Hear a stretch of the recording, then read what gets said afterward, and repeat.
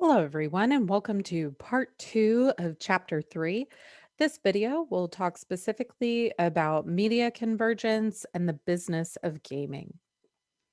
Now, there are many different types of video game genres, and you may play a multitude of these or you may not play any of these, but it's important to know the different genres as we work our way through this chapter. The Entertainment Software Association is the one that makes these genre titles. And so the information and the business numbers that I'm pulling from are from ESA. So, action and shooter games are extremely popular. Action or any of those that involve some kind of movement or action. First person shooters happen to be some of the most popular, such as Call of Duty. Back in the day, there was Doom or um, many different types of shooter games. But you also can have platform and maze games, such as Pac Man, and then rhythm games, such as Dance Dance Revolution or Guitar Hero. Now, these make up one of the largest portions of video game sales at 47.8% of all sales. 26.9 are shooter games and 20.9 are action games. Now, this is what I call a first person shooter game. Duck Hunt used to be my favorite on Nintendo. Now, adventure games have really gone down in the amount of games that are offered, but they used to be very popular in the 80s and early 90s. Myst in 1991 was one that I played all the time. And then, of course, Legends of Zelda on Nintendo.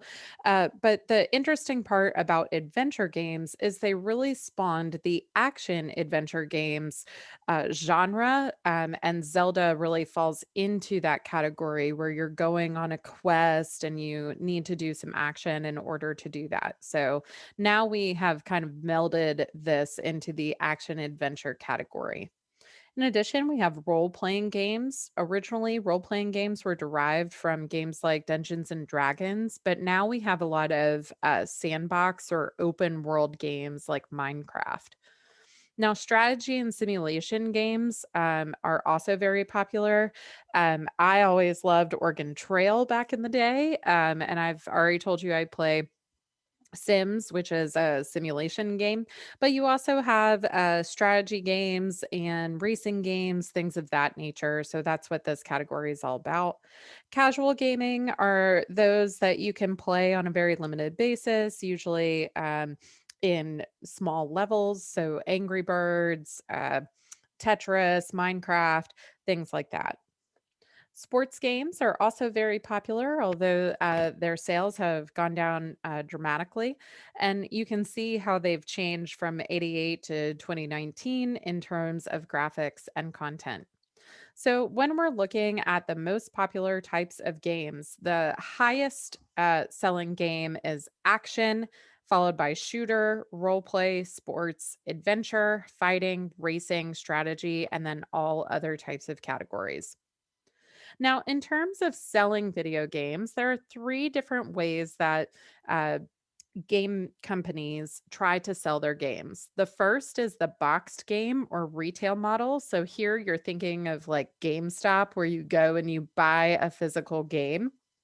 Um, the highest grossing game launch ever happened in 2013 with Grand Theft Auto 5. They sold 800 million in one day and hit a billion in just 3 days. It's the second biggest launch of any media product ever. The first was the movie ticket sales of Adventures Endgame, the movie. Also, falling in the boxed game and retail model are digital downloads. So, if you happen to download an entire game onto your platform, that would count in this pay model as well. There's also the subscription model that World of Warcraft or other um, games use, and World of Warcraft actually would sell $1 billion a year for Activision Blizzard. The third type of game model, and one that's becoming the most popular, particularly with mobile gaming, is the free to play model, and this is called freemium. And the reason it's called freemium is because casual mobile and online games tend to be free upon download, but then they sell in game extras in order to get people to purchase things along the way, or they sell advertisements within the game to make money. Now, Google had to refund $19 million within the past few years for children's unauthorized app purchases. So, this tells you that the freemium model works, but there needs to be more consideration of how to avoid those types of payments for kids playing. So, in terms of the business of video games, by 2018, the gaming industry sold in content alone $35.8 billion. That's not to mention the $5.1 billion of hardware that's sold, such as the gaming consoles, and then 2.4 billion in accessories for those gaming systems and virtual reality. So we can also see that digital sales are increasing rapidly compared to physical format sales. And so the business of gaming has really changed recently as well. So, who is the average gamer? Well, 65% of all Americans are the average gamer. And the most common people who play video games play them on their smartphone, followed by their personal computer, and then a dedicated console like a PS4, PS5, or Xbox. Now, the most popular game genres are the casual ones like Candy Crush or Angry Birds, whatever, followed by action, then shooter. And the majority of gamers are actually college educated. Now, gamers feel that video game play has a positive impact on their lives, either by providing mental stimulation or stress relief, which we will actually talk about the effects of gaming in another video. But it's important to remember that the average age for gamers is actually in the early 30s. And most gamers have been playing video games for 14 years on average. So these are dedicated users of gaming systems.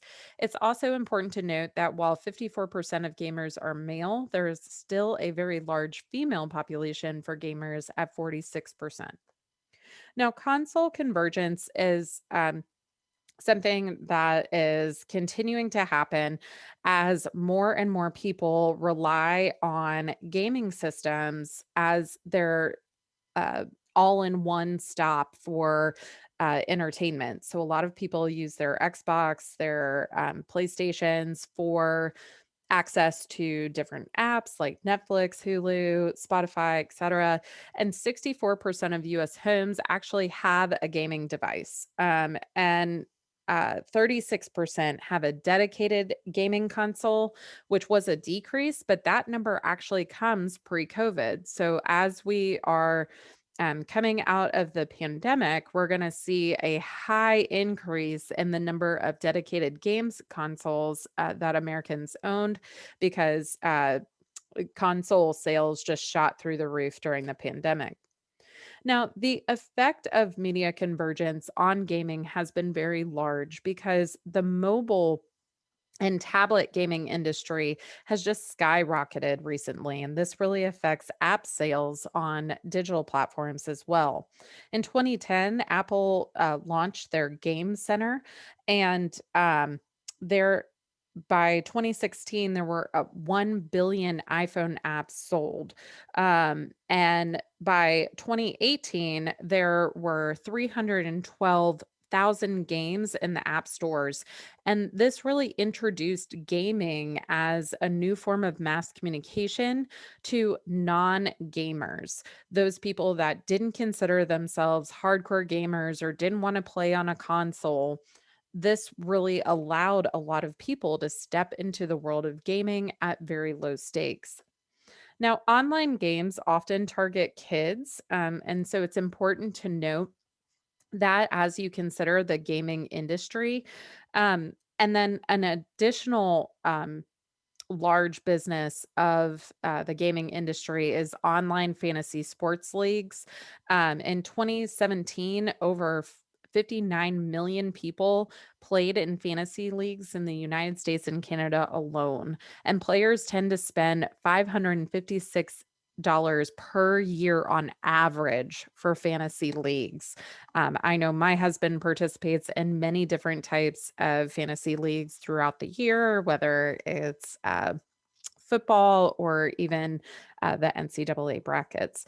And so, in addition, social networking sites introduced a large gaming sector with games like Words with Friends or Farmville. And Facebook has over 800 million users playing games each month through Facebook. So, again, we can see that convergence has a large impact on the economics of the gaming industry, and it works both ways. So, games inspire other types of media, such as television shows or movies, and movies also are then translated into games. So, we see this happen with media convergence all the time where we start developing content across platforms. So, that is a brief overview of the business of gaming. And in our next video, we'll talk about the effects of gaming.